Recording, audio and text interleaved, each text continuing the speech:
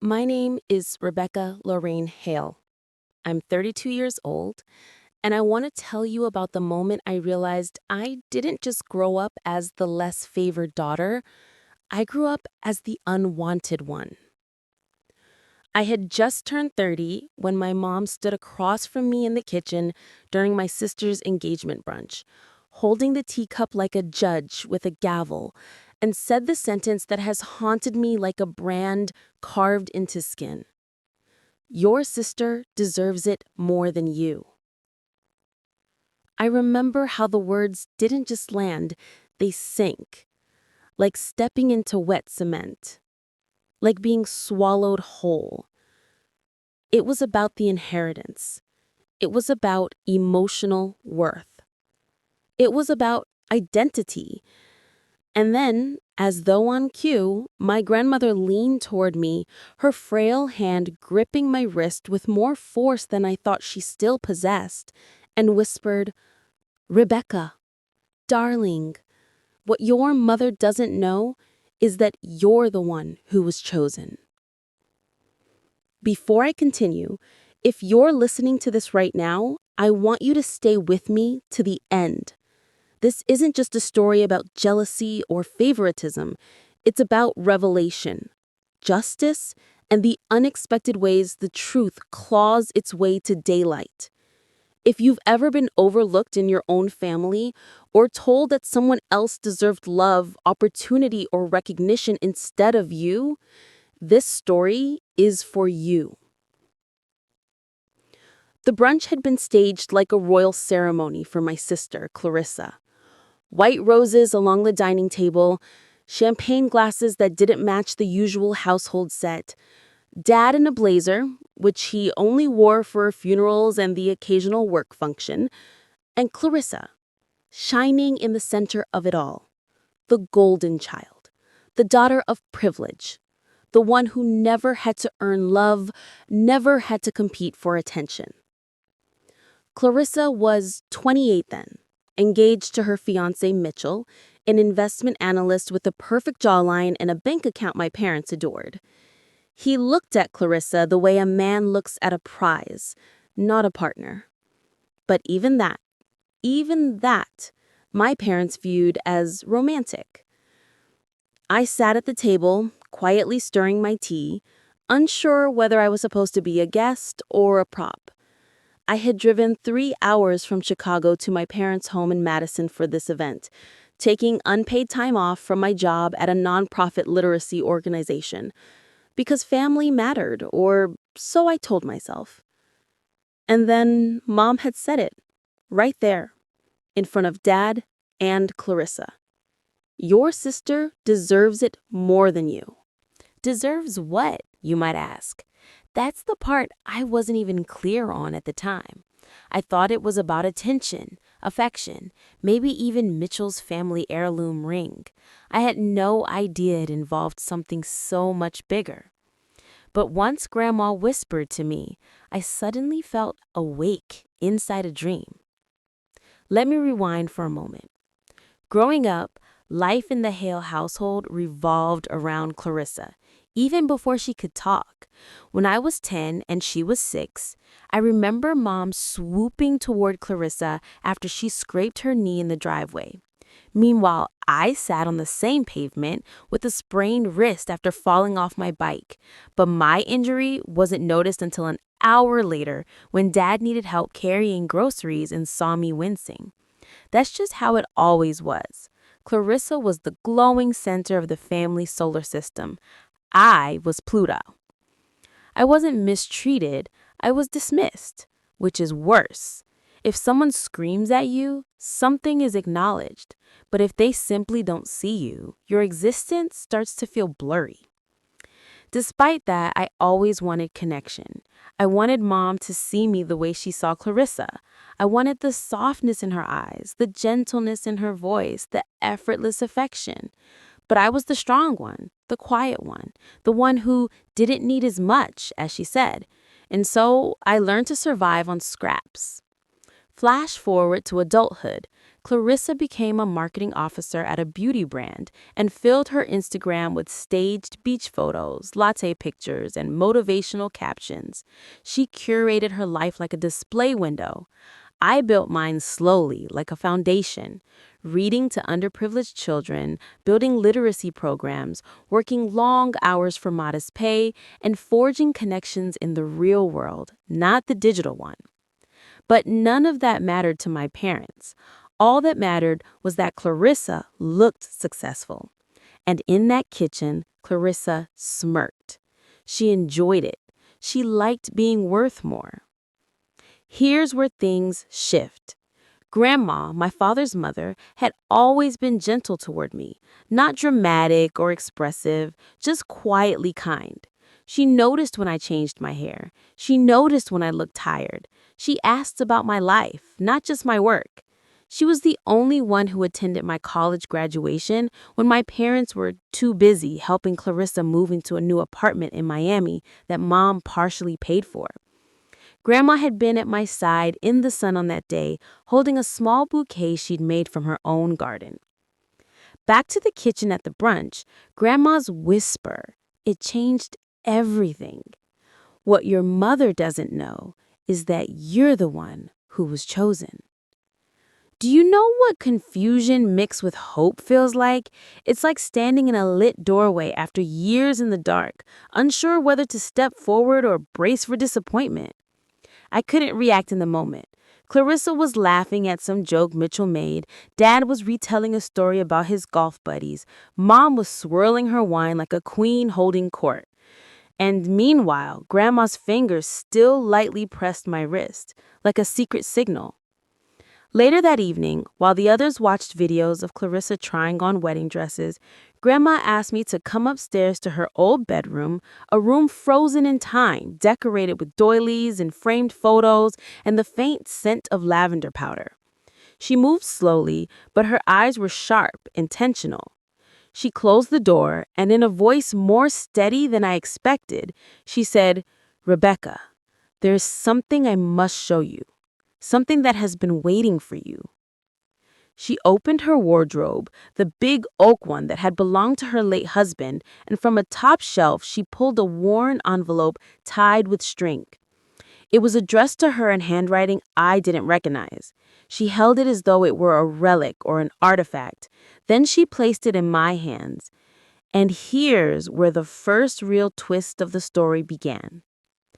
I untied the string. Inside the envelope was a document, notarized, formal, stamped, and it held words that made no sense at first. It was something about property deeds, about a trust, about designated beneficiaries.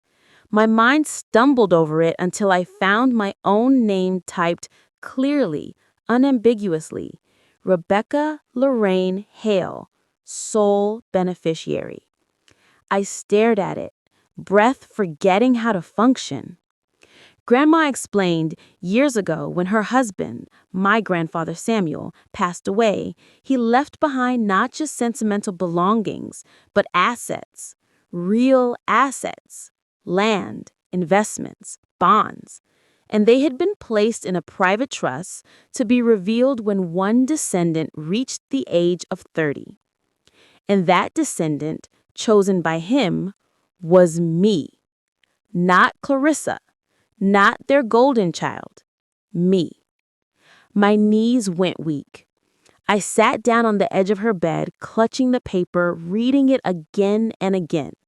I expected it to disappear like fairy dust, but there it was, printed in legal clarity. Then Grandma said something I'll never forget, and her voice trembled not from weakness, but emotion. Your grandfather always said, Rebecca sees people. Rebecca cares. Rebecca will use this for something good. And in that moment, all those years of invisibility cracked. If my parents had built a narrative where Clarissa was superior, favored, adored, then here was proof that someone whose voice mattered had seen me. Because as I sat there absorbing this revelation, the carpeted floor muffled a footstep outside the door, and then another, and then another. The shadow beneath the door shifted. Someone was listening. And then I heard it, soft but unmistakable. My mother's voice. I told you she wouldn't keep it quiet forever. My skin went cold. She knew. She'd always known. She just wasn't supposed to. And instead of honoring it, she tried to bury it. I froze when I heard my mother's voice through the door. It was like hearing a burglar inside your home, unthinkable, violating, and terrifying because it rewrites reality. Grandma's eyes flicked to mine, and she mouthed, "Say nothing." She then opened the door slowly, purposefully. There stood my mother, arms crossed, eyes cold, expression unreadable. But behind that face, I saw something I had never witnessed in her before.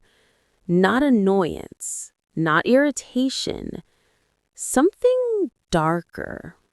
She stepped inside the room without asking and looked straight at the document in my hands. "So you finally showed her," she said to Grandma, her tone sharp like glass. Grandma, to her credit, straightened her spine, age suddenly irrelevant. She has every right to know. My mother's lips pressed into a bitter smile. Rights? Don't lecture me about rights. I was the one who was supposed to manage this. That sentence felt like a riddle shoved into my chest. Manage what? I asked quietly. She turned to me slowly. The assets, the trust, the funds. Your grandfather made a mistake, Rebecca. You were never meant to handle something like this. There it was again, the old message. I wasn't capable, I wasn't worthy, I wasn't enough. One daughter was porcelain, the other was duct tape. Grandma's voice cut through the tension. She wasn't chosen because of capability. She was chosen because of character. Mom scoffed. Character doesn't maintain properties. Character doesn't grow earnings. Character doesn't make strategic decisions. And then, looking right at me, Clarissa does. Something inside me cracked. Not loudly, but cleanly, like thin ice breaking. Because here it was, laid bare. It was never about love. It was about image. It was about the daughter who looked impressive publicly, not the daughter who quietly was reliable privately. But before I could form words, Grandma spoke again, voice low but sharp as a knife. "Samuel never trusted you with money. That's why he didn't name you." What followed was not an explosion. It was worse. It was a silence so charged it hummed. My mother's expression darkened. Not hurt, not confused, but furious. Then Mom turned to leave, pausing only to say, "Tomorrow morning, we're talking about this as a family." Then the door closed. A thin click, but it sounded like a detonator.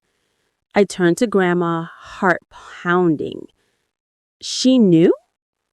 Grandma nodded warily. "She found a letter addressed to your father a year after Samuel passed. She confronted him. He admitted it. She argued with him, but he refused to change the terms." And then the devastating part.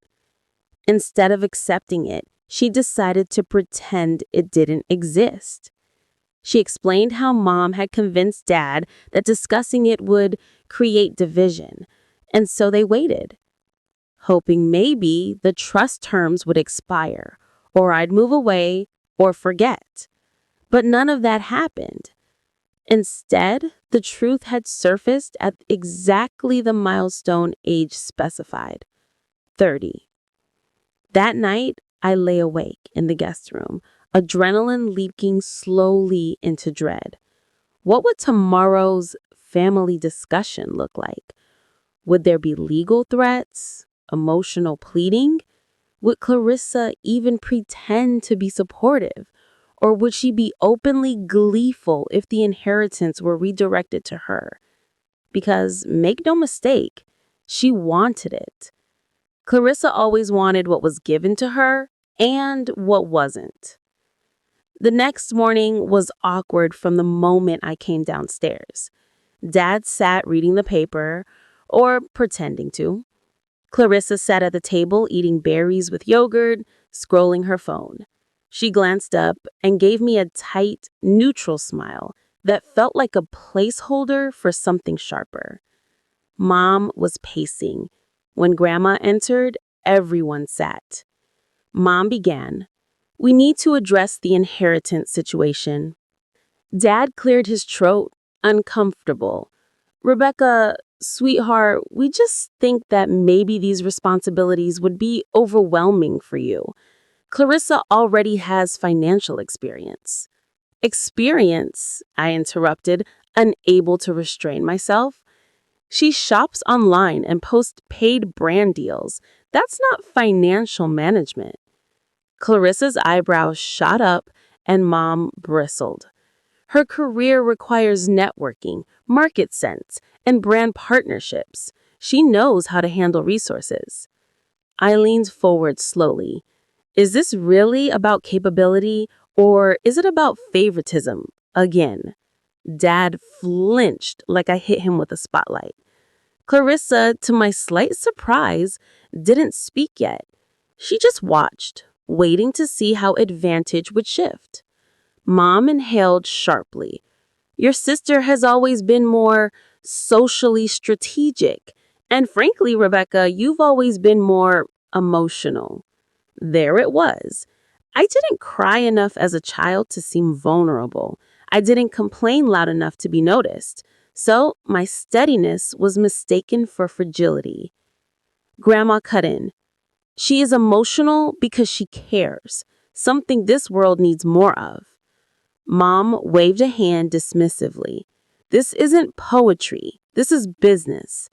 And then, turning straight to me, "We are suggesting that Clarissa be given co-management privileges or, in the best scenario, full authority." My breath caught. Full authority? Meaning I'd be removed? Entirely? Mom shrugged. "Essentially, yes." It wasn't just an insult. It was an erasure. Clarissa finally spoke, voice dripping faux sympathy. "Becky, it really is for the best. You work with books and charity projects. I work with assets and stakes. I know how to turn capital into profit." I stared at her. "You think Grandpa Samuel meant for you to have it instead of me?" She didn't blink.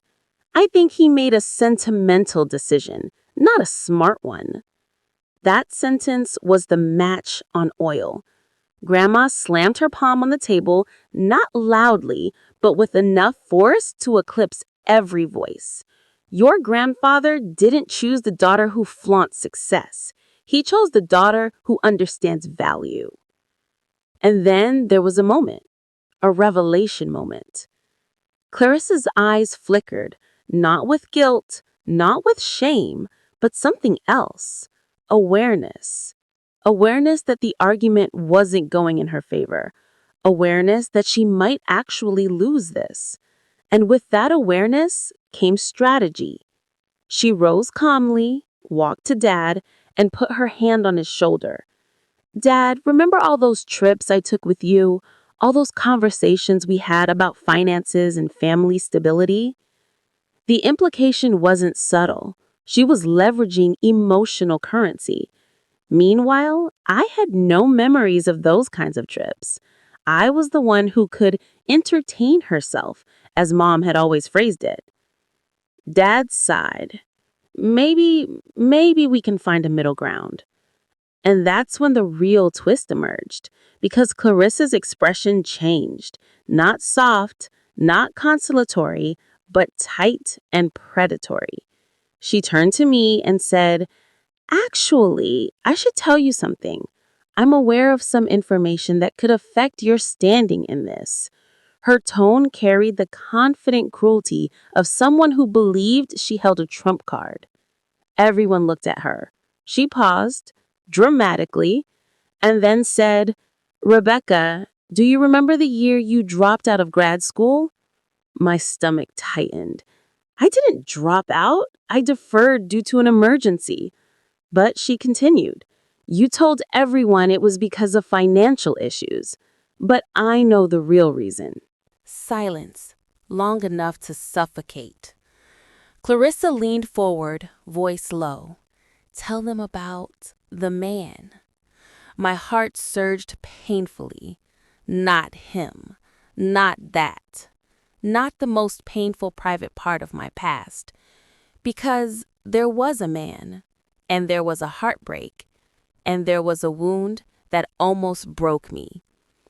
Clarissa knew about it because she had once, only once, been the sister I could confide in, and she had stored that confession like ammunition. Mom looked at me sharply. "What man? What is she talking about?" Clarissa smiled slightly, like a hunter. "Maybe you should explain it to them, or should I?" Because the moment she invoked that secret, everything changed. Clarissa's words sat in the air like smoke from a burning fuse, slow, suffocating, and signaling an explosion. The mention of him dragged me backward in time to a memory I spent years burying beneath work and routine. The man's name was David Calloway. I met him when I was 24, during my first year of grad school.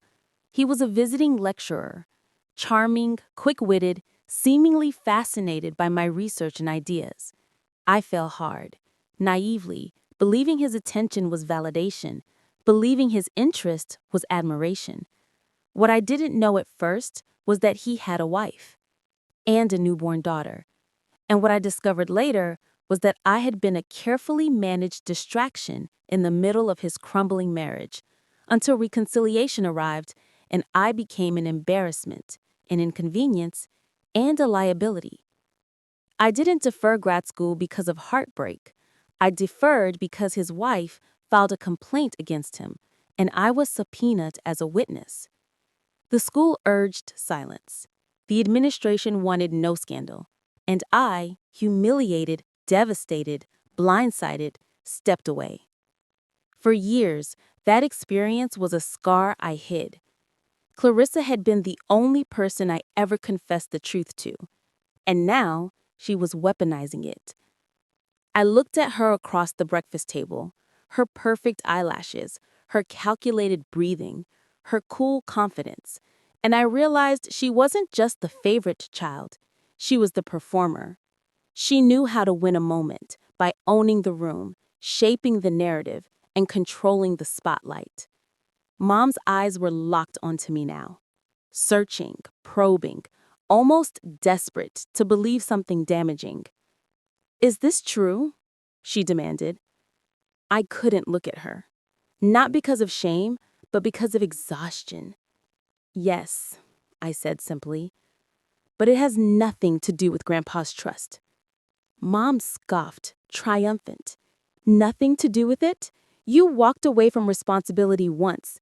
Why should we believe you won't collapse again under pressure?" My jaw clenched. "You think a broken heart makes someone incompetent?" Dad muttered something about emotional stability, while Clarissa folded her arms gently, like a judge rendering a verdict. "Rebecca," she said with faux patience, "you may be loving and kind, but you're not resilient." Ironically, the statement ignited something inside me. Resilient. I survived being the invisible daughter. I survived humiliation and betrayal. I survived professional disgrace. I survived being emotionally abandoned by my own family. But Clarissa saw none of that. She only saw surface metrics, salary, social perception, visible triumph, never inner strength. Suddenly, Grandma spoke again, an island of clarity in a storm of accusation. "What Clarissa fails to understand," she said firmly, is that resilience isn't measured by how you look when you win. It's measured by how you recover when you lose. Her gaze moved to me, and Rebecca recovered. Mom rolled her eyes. We're not here for philosophy. We're discussing assets worth millions. Millions. The word slipped through me like a blade. I hadn't absorbed that detail. I stared at the document again. Property holdings, investment accounts, land valuations, bonds. It wasn't just a gesture, it was a fortune.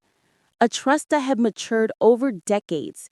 This wasn't a sentimental stash, it was a dynasty-level asset. And that's when the emotional floor dropped beneath me, because I began to understand why Mom had always chosen Clarissa. It wasn't purely favoritism, it was strategy. Clarissa wasn't just loved more, she was groomed. Groomed to inherit wealth, groomed to control it, groomed to expand the family's financial footprint. I was never meant to be the heir. I was meant to be support staff. The daughter who did emotional labor, not strategic labor. The daughter who showed up, not showed off. But now, the narrative had cracked. Dad finally spoke up, his voice quieter than usual. Rebecca, why didn't you tell us the truth back then about the professor? I looked at him, not angry, not defensive, but tired. Because I knew if I admitted vulnerability, you would treat it as weakness. And I was right. Clarissa looked away, momentarily disarmed. Mom stiffened. That's ridiculous. But Grandma interjected sharply. No, that's accurate. For a moment, silence spread across the table. A different kind of silence. Not antagonistic, but revealing. A silence that exposed truths rather than erasing them. Then, Dad exhaled. Maybe we should postpone this discussion. But Mom wasn't done. Postpone? We need decisions now. This is too important. And then she made her fatal misstep. She said, if your grandfather had known Clarissa would grow into such an accomplished woman, he would have chosen differently. Grandma stared at her as if she'd spoken blasphemy. Samuel chose after seeing both of them as grown women. He saw Rebecca at 28. He knew exactly what he was doing. That stunned the room. I turned to Grandma. Wait, he evaluated us as adults? She nodded. He spent time with you both. He observed. My mind flashed back. Visits at Grandpa's lake house, weekly lunches with him during my early nonprofit work, his gentle questions about my goals, the way he listened when I talked about wanting to expand reading programs, create community centers, empower low-income neighborhoods. Meanwhile, Clarissa had posted bikini photos and reels from rooftop brunches. It became clear Grandpa wasn't impressed by polish, he was impressed by purpose. But here's the twist. Clarissa knew this was slipping away and she wouldn't surrender easily. She stood slowly, controlling her breathing and said, well, I guess there's one more thing everyone should know. Grandma tried to stop her. Clarissa, don't. But she ignored it. She continued, maybe you all should hear what Rebecca really intends to do with the money, the truth about her plans. My chest tightened, because months earlier, I had told Clarissa in rare, vulnerable conversation that if I ever had significant resources, I would commit a portion to educational outreach, community centers, student scholarships. And yes, I had also admitted that I might not keep the inheritance strictly within the family. Clarissa now turned that into scandal. Rebecca intends to give it away, not build our family wealth, not invest. She wants to spend it on strangers. Mom's face twisted. Is that true? You'd waste it on charity? The word waste hit me hard. But I answered honestly. I would use part of it to help people who need it. Dad groaned into his hands. Oh, God. Clarissa pressed further. You see? Rebecca doesn't understand legacy, family legacy, Hale legacy. She walked around the table slowly, like a TED speaker building to a point. Rebecca's vision is bleeding money into causes. Mine is growing it into assets, partnerships, power. Then she spoke the most honest sentence of her life. I want our name to mean something. I responded quietly. And I want our name to do something. She scoffed. Meaning is power, Rebecca, not sentiment. I replied, what good is power if it never helps anyone but ourselves? Mom rubbed her temples, exasperated. This is exactly why she shouldn't have this responsibility. But suddenly, Dad said something unexpected. Gently, thoughtfully. Maybe this is exactly why she should. Mom whipped around. Excuse me? Dad looked down at his hands. Rebecca may not maximize profits, but she maximizes impact. And maybe Samuel wanted that. Clarissa stiffened. Dad, she warned. But he continued.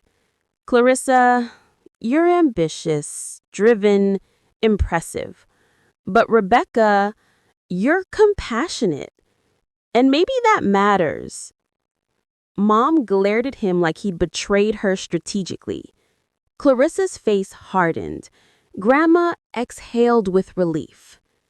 And then, in that moment of emotional equilibrium, the front door opened downstairs.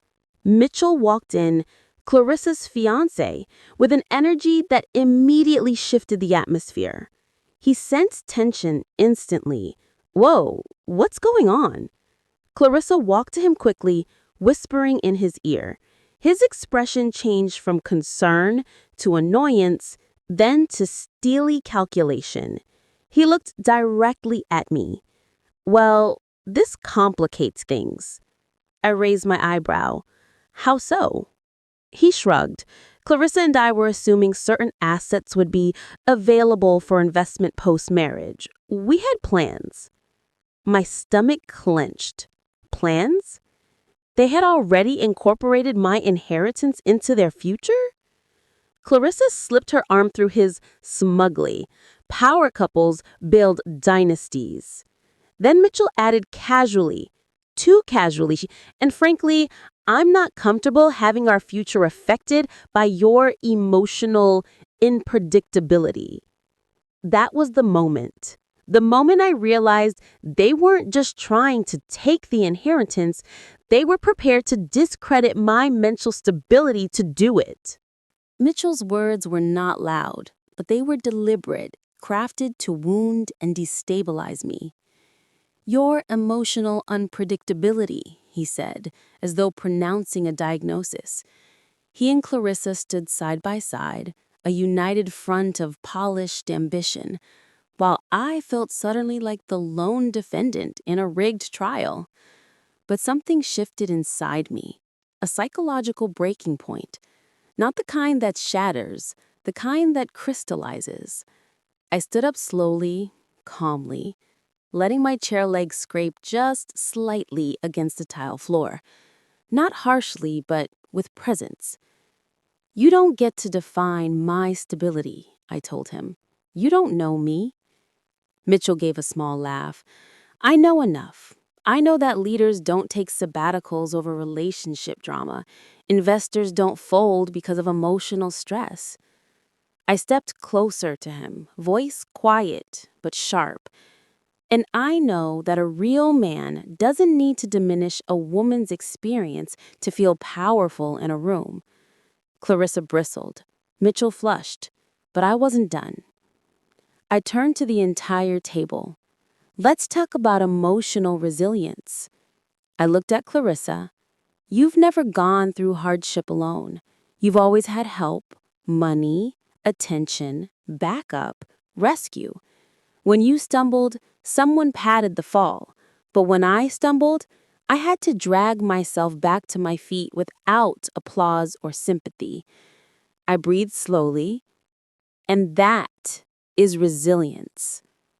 Grandma softly clapped once, a gesture of affirmation rather than applause. Mom looked irritated, Clarissa looked offended, Mitchell looked momentarily unsure, but then Mom countered.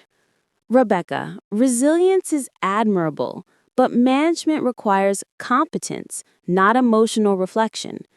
Clarissa has business instincts. I leaned forward.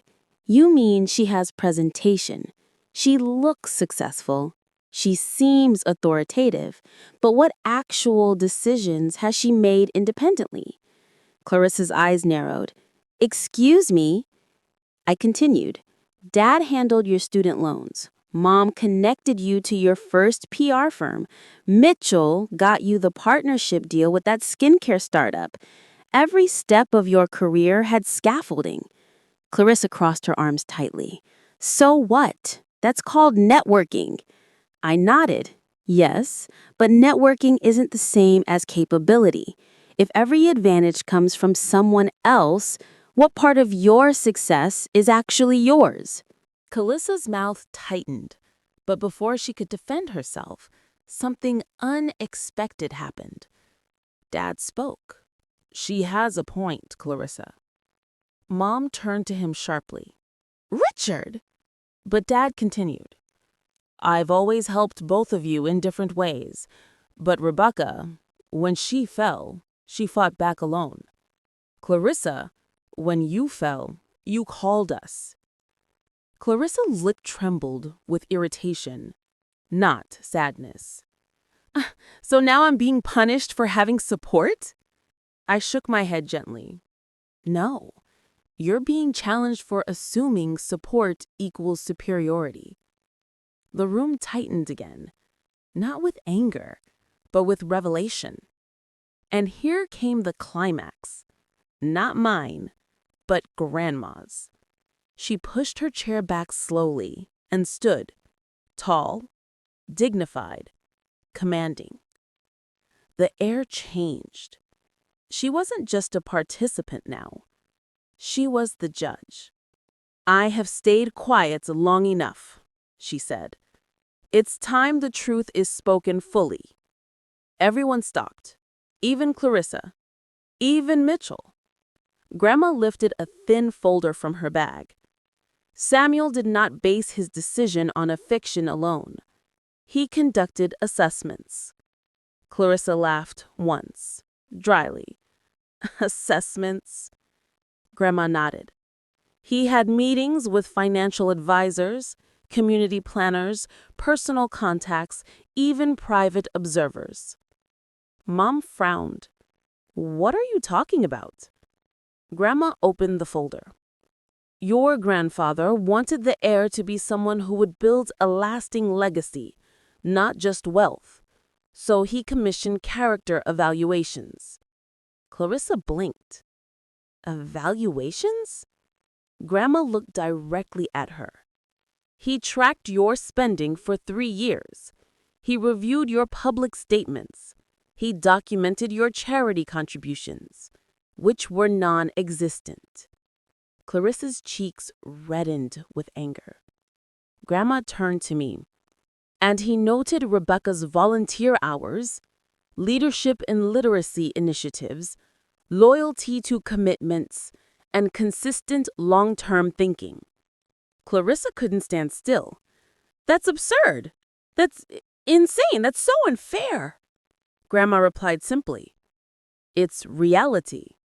Then Grandma said something that shattered the illusion of Clarissa's invincibility. And there's more. Samuel wrote something about each of you. She took out 2 sealed envelopes. She handed one to Clarissa, one to me. These were to be opened today, at the reading of the trust. Mom gaped. You had these all this time? Grandma nodded. Yes, because I knew this day would come, and I knew there would be a fight. Clarissa ripped open hers immediately. I opened mine slower, carefully, like removing a fragile relic from a museum case. My grandfather's handwriting, looping, bold, steady, stared back at me. I read silently. To Rebecca, you have a quiet strength that does not seek praise. I have seen the way you treat people, not based on their status, but on their humanity. You do not chase attention. You earned respect.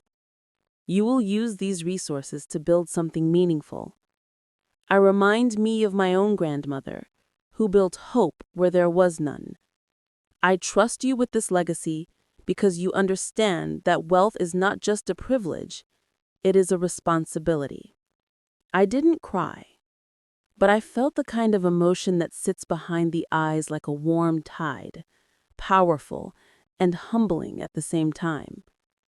Clarissa read hers, and her face shifted from indignation to something else. I couldn't tell. Shame? Fury? Embarrassment? She slammed it down on the table. I couldn't help myself. I picked it up and read it aloud, voice steady. To Clarissa, you have charm and talent that could go far. If you ever learn the difference between wanting power and earning trust, you still see wealth as a spotlight, not a tool. Perhaps someday that will change. I hope it does. I love you, but I could not choose you. Silence. Heavy. Naked. Brutal. Clarissa stood frozen, exposed in a way she had never experienced. She always had control of narrative, but not here. Not now. Mitchell tried to speak. This is one man's opinion, but Grandma cut him off. No.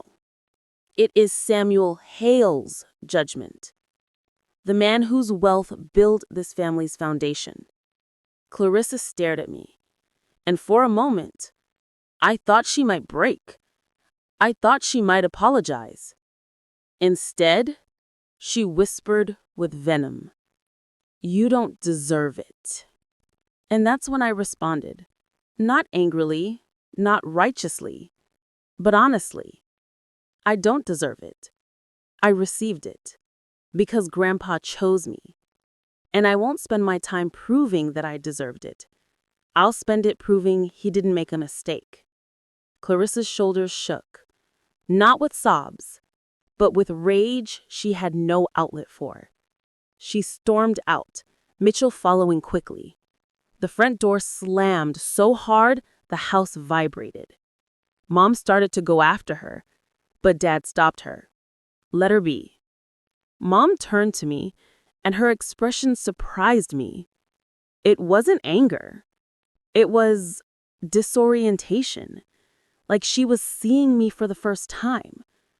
"Rebecca, I didn't realize."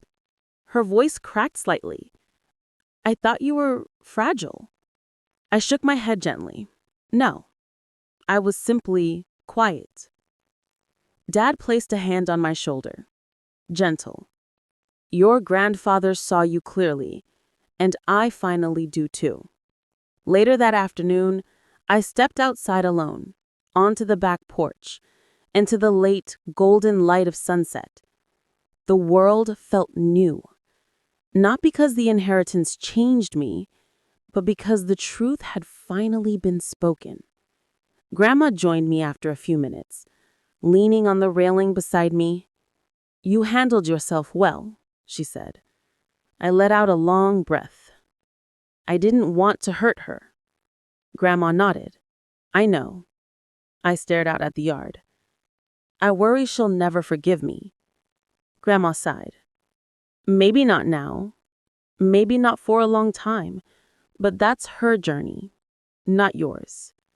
I swallowed. "Do you think I'll do a good job with all this?" Grandma smiled faintly. "I think you'll do what Samuel hoped. And that is enough." And the days that followed, I did something I never thought I would. I set boundaries, clear ones. I told mom and dad that while I loved them, they no longer got to dictate my worth. I reached out to Clarissa, telling her I loved her, that the door was open when she was ready. She didn't respond. Not yet.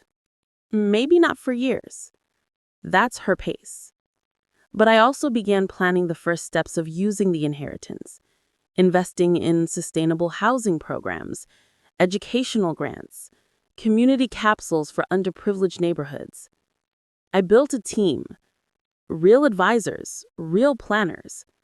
And slowly, steadily, I felt something bloom inside me. A solidity, a dignity, a sense of calling.